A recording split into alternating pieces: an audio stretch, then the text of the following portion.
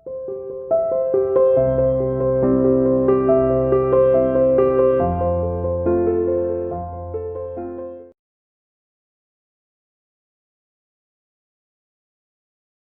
students, welcome to CR International School online class. Dear student, today we discuss lesson number 9 journal part number 3 revision.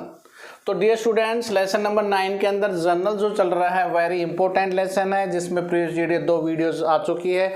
एक simplicity journal entry कैसे करते हैं, और कल की videos जो आपके सामने थी वो हमने पढ़ा था कि बैंक के रिगार्डिंग में। तो देखिए आज हम थर्ड जो लेके आ रहे हैं वीडियोज, इसमें हम some special entries regarding of this, some special entries, और वो कौन कौन सी है थोड़ा ध्यान से सुनना please. First, bad debts recovered. Recovered का मतलब होता है आपको जो पैसा हमारा डूब गया था दोबारा मिल गया। जब बैड डेट्स हुआ था तो एंट्री हुई थी बैड डेट्स टू राकेश। अब वही पैसा आपका वापस आ रहा है तो व्हाट मेक जर्नल एंट्री। देखिए डेबिट वर्ड कम्स इन, हमारे पास पैसा आया तो एंट्री होगी cash account debit to bad debts recovered. आ गया वापस तो रिकवर हुआ है, क्योंकि हमने उस व्यक्ति का नाम बैड डेट्स में डाल दिया था। हम भूल गए थे उसका पैसा आएगा या नहीं आएगा, वो कोई मायने नहीं रखता, लेकिन आज वो पैसा रिसीव्ड हो रहा है तो entry cash account debit to bad debts recovered. I hope that clear. Next है आउटस्टैंडिंग एक्सपेंसेस। होते क्या हैं पहले ध्यान से सुनो।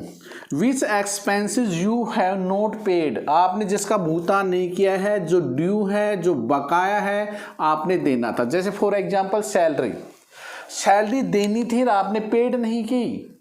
अगर देते तो salary account debit to cash होता। अब ये आपका बकाया, दिस इज योर लायबिलिटी, आपका दायित्व बनता है उसकी सैलरी पेड करें। तो एंट्री क्या करेंगे, salary account debit to outstanding salary account. Okay, you have not paid, ये हमेशा क्रेडिट होती है जो आपने भुगतान करनी होगी। नेक्स्ट, आउटस्टैंडिंग सैलरी का जस्ट रिवर्स क्या होता है, रिवर्स हमारा होता है प्रीपेड एक्सपेंसेस। बिल्कुल रिवर्स है dear students, reverse prepaid. Prepaid का मतलब पेड इन एडवांस, तो ये आपकी एसेट्स होती है जिसका डेबिट बैलेंस होता है।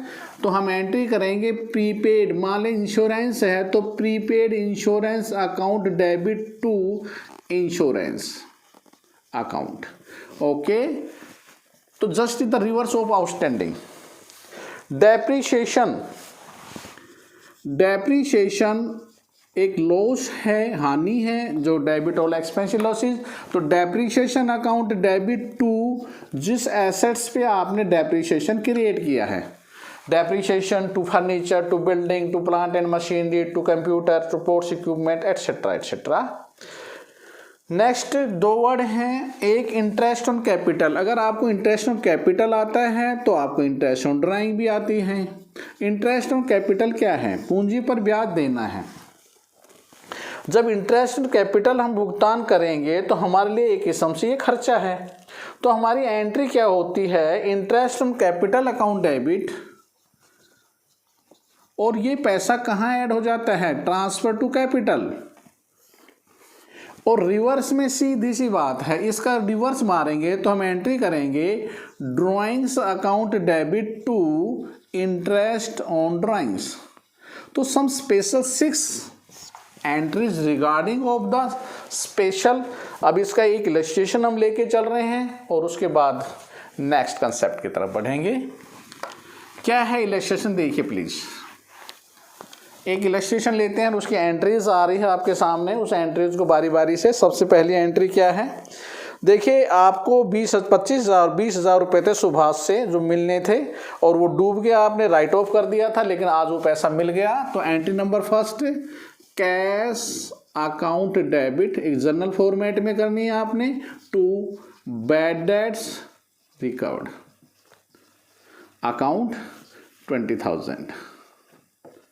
ओके, 20,000 रुपये आपके पैसे मिल गए। दूसरी entry,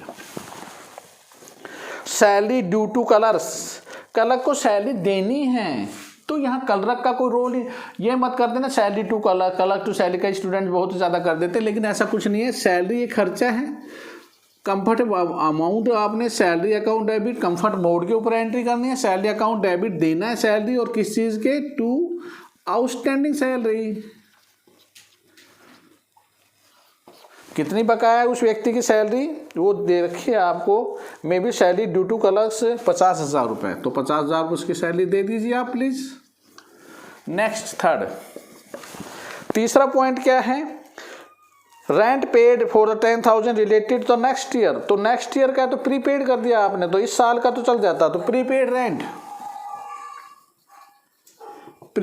rent account debit to rent account, आपने कितना एडवांस दे दिया, this amount is the advance is the 10,000, तो 10,000 रुपये आपने एडवांस दिया है। नेक्स्ट, प्रीपेड रेंट के बाद देखिए नेक्स्ट पॉइंट आ रहा है 10% depreciation on the furniture, furniture पर 10%, और फर्नीचर की कॉस्ट कितनी है, 50,000 रुपये है, तो एंट्री होगी depreciation account debit to furniture, 50,000 का 10% 5,000 रुपये। नेक्स्ट फिफ्थ एंट्री क्या आ रही है, इंटरेस्ट ऑन कैपिटल के रिगार्डिंग, तो पूंजी कितनी है और उस पर ब्याज कितना है, हमने कैपिटल लगाई है 10 लाख और 10 लाख का 12% ब्याज मिलता है, तो 1,20,000 होगा, तो एंट्री होगी interest on capital account debit to capital 1,20,000 रुपये। और ड्राइंग्स कितने की है मालिक ने, आहरण किया है, ड्राइंग्स की है, और वो इंटरेस्ट चार्ज किया है, वो 8,000 चार्ज किया है उसके ऊपर, तो हमारी एंट्री होगी drawings account debit to interest on drawings is 8,000 rupees. तो some special entries regarding of this हुई, तो आपको अच्छी तरह समझ में आई होगी एंट्रीज, जो सम स्पेशल वर्ड्स आपके सामने आए, वो वर्ड्स क्या थे, बैड डेट्स रिकवर्ड था, आउटस्टैंडिंग था, प्रीपेड था, डेप्रिसिएशन था, उसके बाद इंटरेस्ट ऑन कैपिटल था, इंटरेस्ट ऑन ड्राइंग्स था।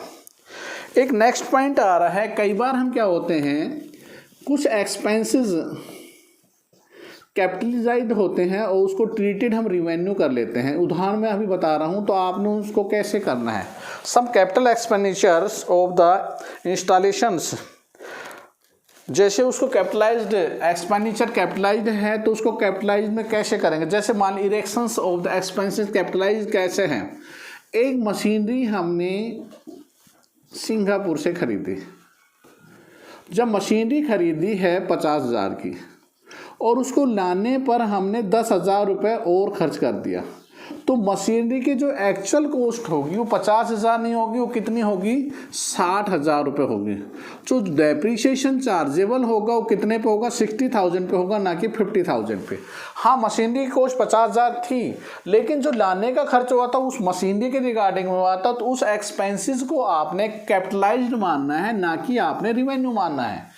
समझ में आ गया जो मैं कहने जा रहा हूँ, कि इस मशीनरी को इंस्टॉलेशन करते हैं या इसके ऊपर जो किराया देते हैं लाने पर, तो जो भी खर्चा होगा वो आपका क्या माना जाएगा, regarding of this expenses may be created as well as.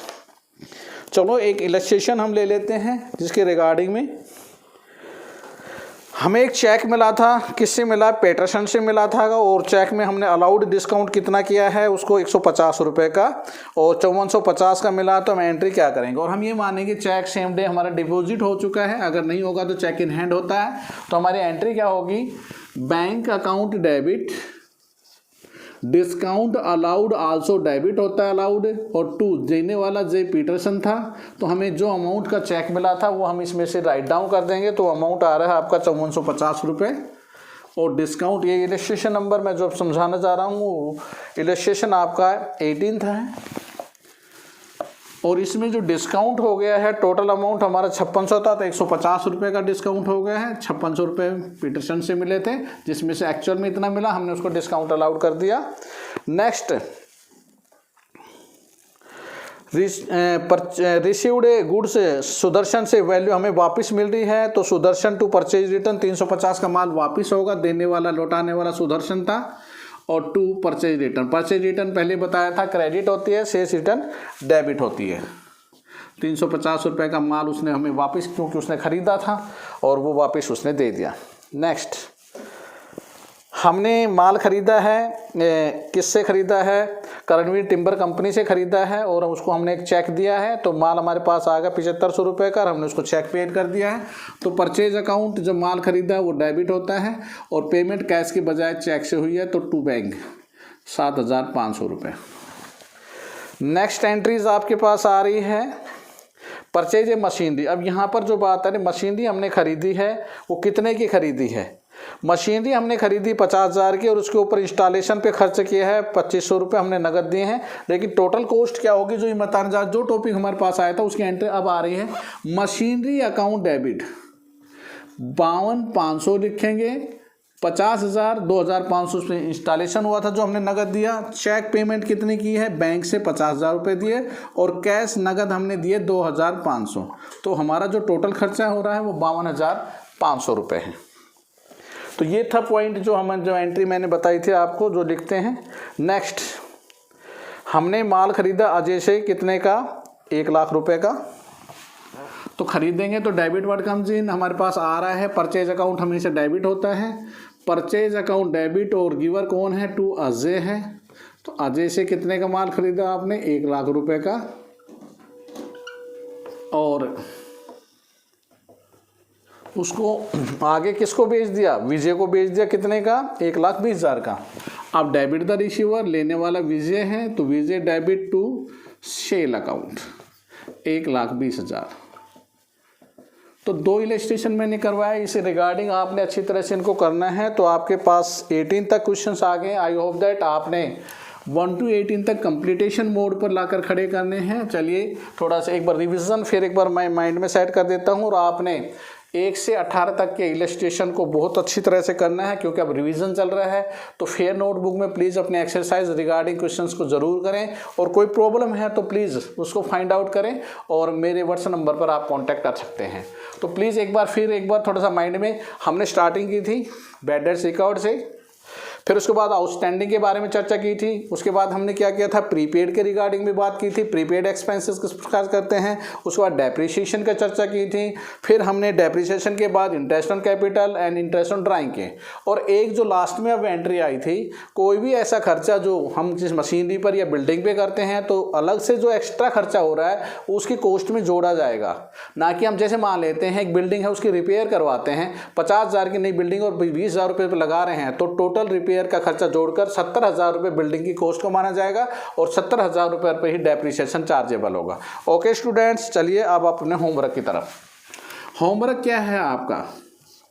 आपने homework 1 to 18 exercise regarding question dear students fair notebook में प्लीज़ करें। कोई भी अगर प्रॉब्लम होती है तो please contact my WhatsApp number 9416586639। Okay student, thank you, stay home, stay safe, good bye, have a good